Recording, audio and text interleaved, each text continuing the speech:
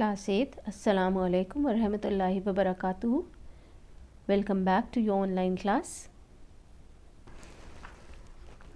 I hope you are revising your chapters. I had started with solubility, factors affecting solubility in the last lecture.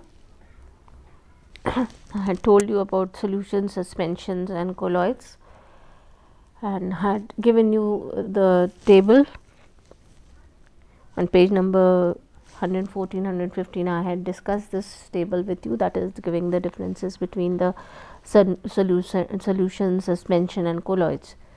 Now let us proceed on with the chapter, that is water of crystallization. Now you have come across this term so many times, the water of crystallization. So many times you have written, I have shown you that copper sulfate 0.5 H2. I had shown you that this is hydrated copper sulfate, which is blue in color, which turns white on heating. It becomes anhydrous. So that is just because of the blue color, is just because of the presence of the water of crystallization. So the fixed amount of water, that is the number of water molecules which are chemically combined in a definite molecular proportion with salt in its crystalline state, is called water of crystallization, or it is called as water of hydration. Is that clear? So this is the fixed number of water molecules which are chemically combined in a definite proportion with a particular salt in its crystalline state. Is that clear? You have so many other such compounds like cobalt chloride 0.6 H2, 6 water molecules are attached. Then sodium carbonate the NO2CO3 0.10 H2O, there are 10 water molecules attached. So there are the number of water molecules are different for different compounds. Is that clear? So this water of crystallization is also called as water of hydration, and the salts that contain water of crystallization, they are known as hydrated salts. HYDRATED, hydrated salt, they contain water of crystallization. Is that clear? Now this water of crystallization is represented as 0.6 H2O, 0.5 H2O. This is loosely held with the substance. The attachment with the crystal is loose. Thus, when any substance is heated, this water of crystallization can easily be removed. It is easily lost, and the crystalline form also gets lost, as you have seen when we had heated copper sulfate, which is blue in color, and when it is heated, it changes into white anhydrous copper sulfate. Is that clear? So this is just because of the loss of 5 molecules of water of crystallization which were combined with copper sulfate in crystalline form. Is it clear? Now you can see over here, this copper sulfate is blue in color, crystalline copper sulfate CuSO4 0.5 H2O. Is that clear? This is blue in color, and when it is heated, it changes to white anhydrous form, which is just a white amorphous powder. Amorphous means non-crystalline powder. Is it clear? So in simple terms, you can write it in the form of an equation. You can write it that when copper sulfate, hydrated copper sulfate, which is blue in color, is heated, it changes into the anhydrous copper sulfate, white in color, and water of crystallization is removed. Is that clear? So anhydrous copper sulfate turns blue as soon as we add water to it. So this is shown in the activity 4 on page number 116. So here you can see this is hydrated copper sulfate. You can see the blue color. Is that clear? This is crystalline blue copper sulfate. Now to remove the water of crystallization, we heat the crystals. You can see the crucible which is placed on the wire gauze on a tripod stand, under which there is a burner, and we heat it. You can see the crystalline form of this, and when we heat it, you will see how the water of crystallization gets lost. You can see this crystalline form, isn't it? Now what happens, the thermal decomposition also, you can see the blue color changing to white. This is the loss of water of crystallization. Is it clear? Now this is anhydrous copper sulphate, it's changed to blue and adding water, it becomes hydrated. So we can conclude that on heating the copper sulphate crystal, they lose water of crystallization and turn into an anhydrous white copper sulphate, anhydrous white powder. On adding water, the blue color reappears due to the addition of water of crystallization. Is that clear? Then what is a crystal? Now what can you see in this? You can see various crystals, various kinds of crystals. Is that clear? So you can see these have different geometrical pattern, and that is similarly with all many crystalline compounds, whether you are studying about copper sulphate, sodium carbonate. If you see under the microscope, they will have a well defined geometrical pattern. Is that clear? That will appear in the form of a 3-dimensional structure. So a crystal or crystalline solid is what it is, a solid material whose constituents such as atom, molecules, ions, they arrange in an ordered microscopic structure, well defined geometrical pattern is there. Is that clear? And this scientific study of crystals and crystal formation is known as crystallography, and the process by which crystals of a substance are obtained by cooling its hot saturated solution, as I had shown you, this is called as crystallization. Is it clear? So that is when we had added more and more sugar to a particular saturated solution and kept on heating, and when it cooled it, it changed into crystals of sugar again. So similarly here also, when we take a particular substance and we make a hot saturated solution and then let it cool, it forms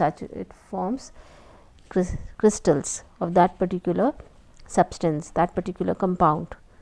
So, and on the basis of presence of water of crystallization, I have shown you that how hydrated and anhydrous compounds are formed. So, earlier told you that the substances that contain water of crystallization, they are called as hydrated.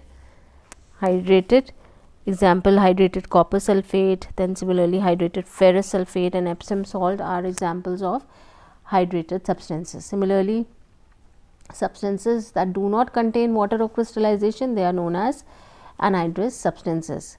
Example, common salt you have at home, it is anhydrous substance, and potassium nitrate, they are examples of anhydrous salts. Is it clear? Then there is one more phenomena which is related with this, that is the phenomena through which some hydrated crystalline substances, they lose the water of crystallization partly or completely on exposure to dry hair. This is called as efflorescence.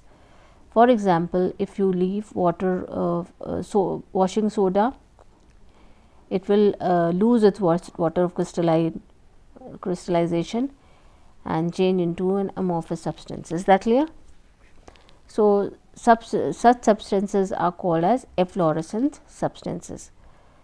The loss of crystallization from the hydrated substances into the atmosphere, so that an equilibrium is formed between the hydrated substances and the surrounding atmosphere. Is that clear? So we can show it like this. So this is washing soda, that is sodium carbonate, 0.10 H2O is the formula, formed by combination of sodium carbonate and 10 molecules of water forming sodium carbonate decahydrate. Is that clear? It is the chemical name of washing soda, and when it is heated, it loses this water of crystallization. Is that clear? When exposed to air. So sodium carbonate 0.10 H2O, or you can say sodium carbonate decahydrate loses its all the 10 water of crystallization molecules of water when exposed to air. Similarly, and sometimes sodium carbonate loses 9 of its molecules of water of crystallization when exposed to air. Is that clear? Sodium sulphate, that is Glauber salt. Please change in your book, it is sodium sulphate, not sodium carbonate. Sodium carbonate loses all its water of crystallization when exposed to air, while Glauber's salt, that is sodium sulphate 0.10 H2O, loses 9 out of 10 water molecule when exposed to air. Is that clear? So, it loses 9 and 1 is left. So, the phenomena through which some hydrated crystalline substance, they lose their water of crystallization partly or completely. This is partly, one part is still left, but here all the 10 molecules are lost. Is that clear? 0.10 H2. So, this is efflorescence. There is another phenomena, deliquescence, which is reverse of efflorescence. So, what is it? That it is a process or phenomena through which some crystalline substances, they are when they are exposed to the atmosphere ordinary temperature, they absorb the moisture from the air instead of losing the water. Is that clear? Losing the water of crystallization. They become moist and they lose their crystalline form, and they get dissolved in water to form a solution. This is called as deliquescence. Is that clear? So, in efflorescence you had seen they lose the water of crystallization partly or completely, and they become anhydrous. And here you see they are absorbing extra moisture, and they are losing the crystalline form, and they are getting dissolved in water to form a solution. This is called as deliquescent, and such substances are known as deliquescent substances. So, the examples of deliquescent substances are ferric chlorides, caustic soda and calcium chloride. So, here you can see sodium hydroxide or caustic soda is deliquescent and loses its crystalline form, and slowly it changes into solution of sodium chloride. And similarly, we have other deliquescent substances, that is ferric chloride and calcium chloride. So, the tendency of certain substances to absorb water vapor from the atmosphere when they are exposed to it without getting changed into liquid solution is known as hygroscopy. Hygroscopy, the phenomena is known as hygroscopy, and the substances which are undergoing hygroscopy is are known as hygroscopic. So, what is the difference between the deliquescent substances and the hygroscopic substances? Deliquescent substances change into solution, while the hygroscopic substances do not change their form, they remain as such. You even do not get to know that moisture is being absorbed. So, such substances are used as drying agents. Is that clear? So, some of such substances are concentrated sulfuric acid. So, concentrated sulfuric acid is an example of hygroscopic substance. Another example is phosphorus pentoxide. Then we have examples as quicklime, anhydrous calcium chloride and silica gel. They are all used as drying agents, where particular substances are required to be dry, but they absorb moisture from the air. So, we generally use certain drying agents for them and to remove the water from them. So, the most commonly used drying agent is silica gel pouches, which we keep in unused water bottles or even in camera lenses. Is it clear? So, you can see these pouches are kept in the container in which the box in which the camera lenses are kept, in order to avoid or prevent the absorption of moisture. And they also kept in the water bottles, these silica gels pouches, so that the moisture is absorbed. Next is the chemical properties of water. Now, pure water is neutral in nature. It has no effect on litmus solution, as you can see. In litmus solution or litmus paper, both blue and red litmus, they are showing no effect. No, blue is not changing to red, or no, red is changing to blue. That shows water is neutral in nature. Is that clear? It is neither acidic nor basic. Now, I have discussed this point when we were discussing about the electrolysis, that pure water is a stable compound. It is absolutely impossible to decompose it by heating at ordinary temperature, or by simple physical methods, or by reacting it by certain chemical agents. but generally it is decomposed into hydrogen and oxygen when temperature is raised above 2000 degrees Celsius or when it is electrolyzed. We have seen this setup earlier also. So, this is used to decompose water, split up water into its constituents, that is into hydrogen and oxygen. Yes, this is not a new equation for you. So, this can be done when water is heated above 2000 degrees Celsius or it is electrolyzed, that is the decomposition of a chemical substance in its aqueous form by the passage of electric current. So, water can be split up or it can be decomposed by the passage of electric current, by electrolysis, or by raising the temperature above 2000 degrees Celsius. Is it clear?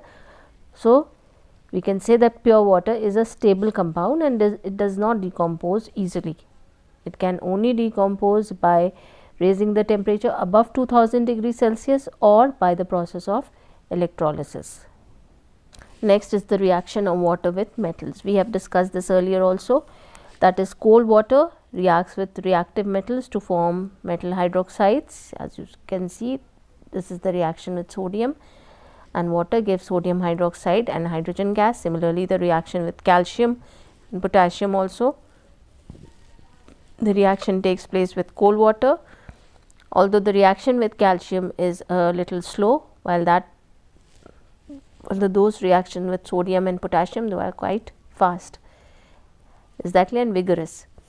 Then, however, steam reacts with less reactive metals to form metal oxides and hydrogen gas. You can see here hot water or even steam reacts with magnesium and forms magnesium hydroxide and hydrogen. But generally the reaction that takes place here is magnesium oxide and hydrogen gas is evolved. Is it clear? So, this is steam over here. This is steam. Similarly, the reaction that takes place with aluminum and iron also takes place with steam only, and here please change in your book. We have earlier discussed this. This takes place with hot water and the products that are formed are magnesium hydroxide and hydrogen, while the reaction with steam in the case of metal is with iron, that is taking place to form, that is iron and steam might form iron 2 ferrous oxide or ferric oxide. Is that clear? Depending upon the amount of steam that has passed. So, the reaction, if you sum up, you can just write that it takes place as this one, that is 4H2O, that is this reaction that is given.